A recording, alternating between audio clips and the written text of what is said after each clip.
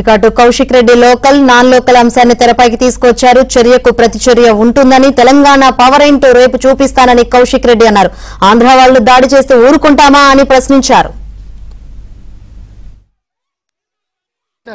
ఒక దొంగ, ఒక లంగానాడు, ఒక కోవిడ్, ఒక ఇండిసిప్లైన్ పర్సన్ డిసిప్లైన్ గా పనిచేసుకుంటున్నటువంటి 10 సంవత్సరాల అనుభవం ఉన్నటువంటి శాసనసభ్యుడి మీద బుర్ర చల్లాడు.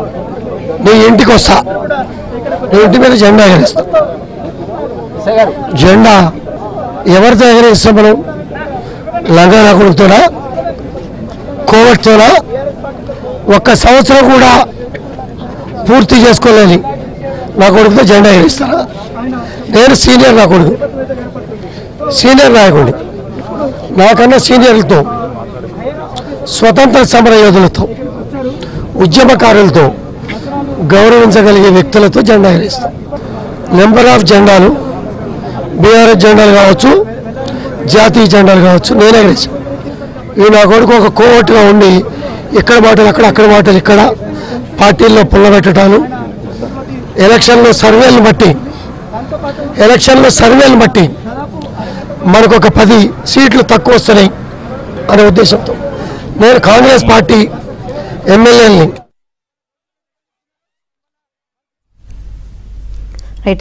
ఈ వివాదాన్ని స్పందించేందుకు మనతో పాటు మాజీ మంత్రి హరీష్ రావు గారు సిద్ధంగా ఉన్నారు. నమస్తే సార్.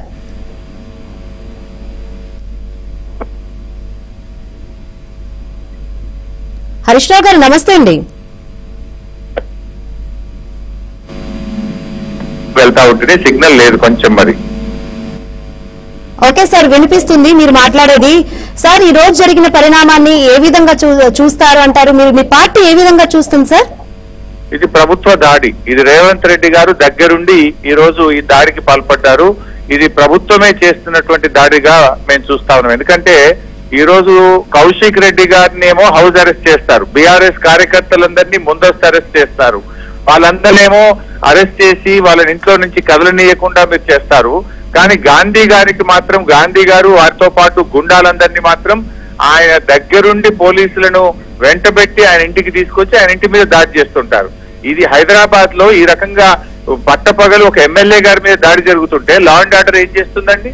నేను హైదరాబాద్ పోలీస్ కమిషనర్ మహంతి గారికి 3 సార్లు ఫోన్ లో మాట్లాడాను. ఈ రోజు నేను స్వయంగా చెప్పాను, ఇది మంచి పద్ధతి కాదు, మీరు మా ఎమ్మెల్యే గారిని హౌస్ అరెస్ట్ చేశారు, గాంధీ గారు ఎలా బయలుదేరుతారు ఇంట్లో నుంచి, ఆయనను కట్టడి చేయండి అని సిపి గారికి చెప్పాను. సిపి గారికి నేను ముందే చెప్పాను, ఏదైనా జరిగితే పరిస్థితులు చాలా తీవ్రంగా ఉంటాయి, మళ్ళీ చర్యకు ప్రతిచర్యలు ఉంటాయి, ఇది మంచి పద్ధతి కాదు అని చెప్పాము. సిపి గారు అన్నారు, నో నథింగ్ డూయింగ్ అండి, మేము ఖచ్చితంగా ఆయన ఆపుతామన్నారు. కానీ జరిగింది ఏంటంటే ఆయన గేటెడ్ కమ్యూనిటీ దగ్గరికి వెళ్ళడం కాదు, ఆయన ఇంటి దగ్గరికి కూడా తీసుకువెళ్లి వాళ్ళ దాడి చేస్తా ఉంటే కూడా పోలీసులు చోద్యం చూస్తున్నారు. పోలీసులు కనీసం ఆపే ప్రయత్నం చేయరు. ఈ రకంగా Hyderabad police commissioner, Cyberabad police commissioner వ్యవహరించారని ఎట్లా అర్థం చేసుకోవాలి? ఆ రాష్ట్రంలో అసలు లా అండ్ ఆర్డర్ ఉందా? మరి ఈ రకంగా చేస్తే హైదరాబాద్ బ్రాండ్ ఇమేజ్ దెబ్బతినదా? హైదరాబాద్ కు ఈ రకంగా చేస్తే పెట్టుబడులు వస్తాయా? ఇప్పటికే రేవంత్ రెడ్డి పాలనలో ప్రజాస్వామ్యం ఖూనీ అయిపోయింది. రేవంత్ రెడ్డి గారి 9 నెలల పాలనలో ఈ రాష్ట్రంలో దాదాపు 1800 హత్యాచార యత్నాలు జరిగినాయి, 2600 మర్డర్లు జరిగినాయి, 9 కమ్యూనల్ రైట్స్ జరిగినాయి. ఒక ఎమ్మెల్యే మీద దాడి చేస్తే కూడా స్పందన లేదు. మొన్న మేము వరద బాధితులకు సాయం చేయడానికి ఖమ్మం వెళ్తే మాజీ హోంమంత్రి సబితా గారు, మాజీ మంత్రి జగదీష్ రెడ్డి గారు, మాజీ మంత్రి అజయ్ గారు, మేమందరం కారులో వెళ్తే మా కారు మీద దాడి చేస్తారు. మేము పోలీస్ కంప్లైంట్ ఇస్తే ఇవాళకి 10 రోజులు అయితే ఎఫ్ఐఆర్ కూడా నమోదు కాలేదండి. ఈ రోజు వరకు మా మీద దాడి చేసి రాళ్లతో కొట్టి మా కారు అద్దాలు పగలు కొట్టే ఈ రోజు వరకు వాళ్ళని అరెస్ట్ చేయలేదు. అంటే రాష్ట్రంలో అసలు ప్రజాస్వామ్యం ఉందా? పోలీస్ వ్యవస్థ పనిచేస్తా ఉందా? మరి ప్రతిపక్షాల మీద మీరు ఈ రకంగా దాడులకు ఉసిగొలుపుతూ పోలీసులను మొత్తం చేయకుండా చేస్తే అసలు ఏం జరుగుతుంది రాష్ట్రంలో మేము అడుగుతా ఉన్నాం. ఇప్పటికే హైదరాబాద్ బ్రాండ్ ఇమేజ్ దెబ్బతిన్నది, హైదరాబాద్ కు పెట్టుబడులు రావట్లేదు, రియల్ ఎస్టేట్ ఇవాళ ఏంటంటే గేటెడ్ కమ్యూనిటీలో అందరు ఫ్యామిలీస్, హార్ట్ ఆపరేషన్ అయినటువంటి వ్యక్తులు కౌశిక్ రెడ్డి గారి ఇంట్లో ఉన్నారు, చిన్న పిల్లలు ఉన్నారు. ఇక రాళ్ల దాడి చేసి హత్యాయత్నం చేస్తుంటే మేము సిపి సైబరాబాద్ కు నేనే 3 సార్లు ఫోన్ చేశాను, మాదాపూర్ ఏసీపీకి నేను 2 సార్లు ఫోన్ చేశాను. మేము ముందస్తుగా చెప్పుతుంటే కూడా వాళ్ళు పట్టించుకోకుండా ఈ రకంగా చేయడం అనేటువంటిది ప్రజాస్వామ్యాన్ని కూనీ చేసిండ్రు, లా అండ్ ఆర్డర్ లేకుండా చేస్తా ఉన్నారు. ఇది రాష్ట్రానికి మంచిది కాదు. ప్రజలు హర్షిస్తారా? అంటే మరి గాంధీ గారికి ఒక న్యాయం ఉంటుంది, కౌశిక్ రెడ్డి ఒక న్యాయం ఉంటుంది కదా. కౌశిక్ రెడ్డి గారినేమో ఇంట్లో నుంచి బయటకు వెళ్ళనియరు, గాంధీ గారినేమో గుండాలు వెంట పెట్టుకొని కౌశిక్ రెడ్డి గారికి ఇంటి దాకా ఎస్కాట్ ఇచ్చి తీసుకొస్తారు. What is this? What is happening in the state? 10 ఏళ్ల కేసీఆర్ పాలనలో ఇప్పుడున్న ఇట్లా అయిందా? కేసీఆర్ గారు హైదరాబాద్ ను కంటికి రెప్పలాగా కాపాడుకున్నారు. హైదరాబాద్ ఇమేజ్ పెంచారు కేసీఆర్ గారు. లా అండ్ ఆర్డర్ లో దేశానికి ఆదర్శంగా తెలంగాణ నిలిపిండు కేసీఆర్ గారు. కానీ రాష్ట్రంలో దుర్మార్గంగా తయారైపోయింది. I demand DGP and I demand CP Cyberabad Gandhi గారిని, ఆయన వెంట వచ్చిన గుండాలను తక్షణమే హత్యాయత్న కేసు నమోదు చేసి వాళ్ళందరినీ అరెస్ట్ చేయాలని చెప్పి బీఆర్ఎస్ పార్టీ పక్షాన మేము డిమాండ్ చేస్తా ఉన్నాం. బట్ సార్, ముందు రెచ్చగొట్టింది కౌశిక్ రెడ్డి కదా, చీరలు గాజులు చూపించి విమర్శించడం ఇది కరెక్ట్ అంటారా? కౌశిక్ రెడ్డి గారు రాజకీయంగా ఆయన మాట్లాడారు, మీరు మాట్లాడండి. దాడి చేస్తారా? ఇప్పుడు మీరు దాడి చేసిన మేము వెళ్ళి గాంధీ గారి మీద దాడి చేయమంటారా? మరి మీరు కౌశిక్ రెడ్డి గారు రెచ్చగొడితే మీరు మాటలతో సమాధానం చెప్పండి, మీ దగ్గర సమాధానం ఉంటే చెప్పండి. ఇప్పుడు గాంధీ గారు దాడి చేశారు, దాన్ని మేము వెళ్ళి దాడి చేయమంటారా గాంధీ గారింటి మీద? ఏబిఎన్ ఇప్పుడు మీరు దాన్ని సమర్థిస్తారా? గాంధీ గారింటి మీద మేము పోయి దాడి చేయాలా? దాడులు చేసుకుంటూ పోతే ఏమైతుంది? హైదరాబాద్ ఇమేజ్ ఏమైతుంది? ఎంతో కష్టపడి మనం హైదరాబాద్ ను పెంచుకున్నాం. హైదరాబాద్ ను కాపాడుకోవాలన్నా, హైదరాబాద్ ఈ రకంగా దాడులు ప్రతి దాడులతో హైదరాబాద్ ను కుప్ప చేసుకోవాలన్నా? ఇలా మీరు పార్టీ మారింది నిజం కాదా? గాంధీ గారు ట్విట్టర్ లో ఆయనే స్వయంగా పెట్టాడు, ఈ రోజు రేవంత్ రెడ్డి గారి సమక్షంలో నేను కాంగ్రెస్ పార్టీలో చేరానని గాంధీ గారు తన ట్విట్టర్ లో పెట్టారా లేదా? అదే గాంధీ గారు కాంగ్రెస్ పార్టీలో చేరిన సందర్భంగా ప్రభుత్వ సలహాదారు వేం నరేందర్ రెడ్డి గారిని నేను సన్మానించినని ఫోటోతో సహా ఆయన ట్విట్టర్ లో ఆయన పెట్టారా లేదా? వేం నరేందర్ రెడ్డి గారు కాంగ్రెస్ పార్టీలో చేరిన ఎమ్మెల్యే గాంధీ నాకు శాలువా కప్పాడని ఆయన కూడా తన ట్విట్టర్ లో పెట్టాడా లేదా? గాంధీ గారే స్వయంగా నా నియోజకవర్గ అభివృద్ధి కోసం నేను కాంగ్రెస్ పార్టీలో చేరుతున్నానని టీవీలకు ఇంటర్వ్యూలు ఇచ్చిన వీడియోలు నిన్న మొన్న సోషల్ మీడియాలో గిర్ర తిరుగుతున్నాయా లేవా?